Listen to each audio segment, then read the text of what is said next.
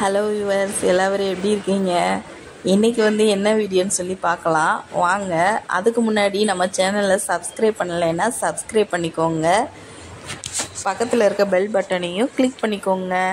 காலையிலே அத்தை என்ன வெள்ளனா எந்திரிச்சிட்டாங்க. என்னத்தை சீக்கிரமாக எந்திரிச்சிட்டிங்க அப்படின்னா, இல்லைம்மா தூக்கம் வரல, அதனால் வெள்ளனா எந்திரிச்சிட்டேன் அப்படின்னு சொன்னாங்க. சரிங்க அத்தை, காலையில் என்ன தோசை ஊற்றிடலாமா அப்படின்னுட்டேன். மாவு கம்மியாக தான்மா இருக்குது அப்படின்னு சொன்னாங்க. சரித்த அட்ஜஸ்ட் பண்ணி நம்ம சாப்பிட்டுக்கலாம் அப்படின்னு சொன்னேன். இல்லைம்மா நான் காலையில் மாவாட்டலாம் சொல்லிவிட்டு அரிசியெல்லாம் வாஷ் பண்ணி ஊற வச்சுட்டேம்மா அப்படின்னாங்க.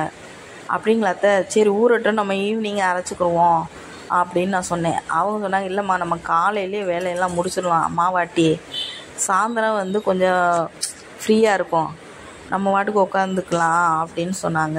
சரிங்க அத்தை அப்படின்னு சொல்லிவிட்டு கிரைண்டர்லாம் வச்சு ரெடி பண்ணிட்டேன். அவங்க உளுந்தை மறுபடியும் வாஷ் பண்ணி கொடுத்தாங்க. உளுந்தை போட்டு அதுவும் அரைச்சிருச்சு.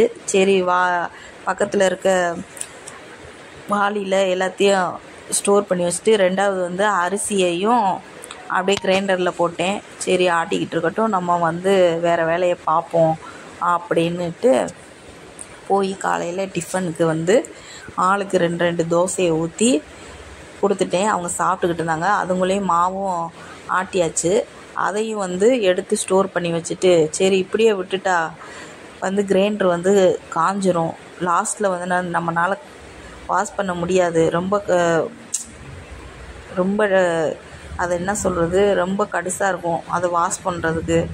அதனால் இப்போயே கிரைண்டர் ஓடும் போதே நம்ம தண்ணி ஊற்றி வச்சிட்டோம்னா அது மேலே நல்லா வாஷ் பண்ணிடும், கீழே மட்டும் தண்ணி ஊற்றினா ஊறிக்கிட்டே இருக்கும். நம்ம லாஸ்ட்டில் அதை க்ளீன் பண்ணிக்கலாம், ஈஸியாகவும் இருக்கும், மேலே சீக்கிரமாக முடிஞ்சிடும் அப்படின்னு சொல்லிட்டு அதையும் ரெடி பண்ணி வச்சுட்டு நானும் சாப்பிட்டுட்டு பக்கத்தில் உலையும் வச்சுட்டேன். பாப்பாவுக்கு லன்ச் டைமும் வேறு டைம் ஆயிரும் அப்படின்னு சொல்லி உலைய வச்சு அரிசியை போட்டேன். அங்கே சாப்பாடு வெந்துக்கிட்டு இருக்குது. பக்கத்தில் தட்டாம்பயிறு குழம்பு வைப்போன்னு சொல்லிவிட்டு தட்டாம்பயிரை வறுத்துக்கிட்டு இருந்தேன். வறுத்து முடிச்சுட்டு அதை பாருங்கள், என் நேரமோ என்னமோ தெரியலங்க, பவர் கட் ஆகிடுச்சு. சரி அதை ஒரு தட்டில் போட்டு ஆற வைப்போம், அதுங்களையும் கரண்ட் வந்துடுமே, வந்த பிறகு நம்ம குழம்பு வைப்போம் அப்படின்னு சொல்லிவிட்டு அதுக்கு தேவையானது, குழம்புக்கு தேவையானது எல்லாத்தையும் ரெடி பண்ணி வச்சுட்டேங்க. காய்க்கும் ரெடி பண்ணி வச்சுட்டேன், பொரியலுக்கும்.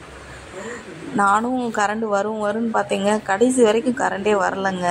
என்ன பண்ணேன், சரி குழம்புக்கு எல்லாத்தையும் போட்டு கொதிக்க விடுவோம், அது பாட்டுக்கு பயரும் வந்துக்கிட்டு இருக்கோம், லாஸ்ட்டில் கரண்ட் வந்துடும், நம்ம தேங்காவை அரைச்சி ஊற்றிடுவோம் அப்படின்னு சொல்லிட்டு எல்லா மசால் பொடி எல்லாம் போட்டு ரெடி பண்ணி வச்சுட்டேங்க. குழம்பும் கொதிச்சுக்கிட்டு இருக்கு, எல்லாம் வெந்துருச்சு. கடைசியில் கரண்டே வரலைங்க. காயும் வேக வச்சு உப்பெல்லாம் போட்டு இது பண்ணிட்டேன். லாஸ்ட்டில் தேங்காய் தான் கொஞ்சம் போடணும், அதுவும் அப்படி ஆயிடுச்சுங்க. என்ன செய்கிறதுன்னு தெரியலங்க. அப்புறம் என்ன செஞ்சேன், கடைசியில் குழம்பு தட்டாம்பயிறு குழம்பு என்ன குழம்பு மாதிரி ஆயிடுச்சுன்னு தெரியுமாங்க, புளித்தண்ணிக்கு குழம்பு மாதிரி இருந்துச்சுங்க. சரி வாங்க சாப்பிடுவோம், பாப்பாவுக்கும் போய் லஞ்சு கொடுத்துட்டு வந்துட்டேங்க. அதை வச்சே பாப்பா என்ன சொல்ல போகுதுன்னு தெரியல அப்படின்ட்டு கொடுத்துட்டு வந்துட்டேன். நாங்களும் லஞ்சுக்கு எல்லாரும் உட்காந்து சாப்பிட ஆரம்பிச்சிட்டோங்க. இருக்கிற ஒரு மாம்பழத்தை வச்சு அறுத்து பொரியலையும் வச்சு அந்த குழம்பு புளித்தண்ணி குழம்புங்க. உங்களுக்கு எல்லா விதத்தையும் பார்க்கும்போது அப்படி தாங்க தெரியும், ஆனால் அது புளித்தண்ணி இல்லைங்க, தட்டாம்பயிறு குழம்பு. அது ஒரு டிஃப்ரெண்ட்டாக இருந்துச்சு.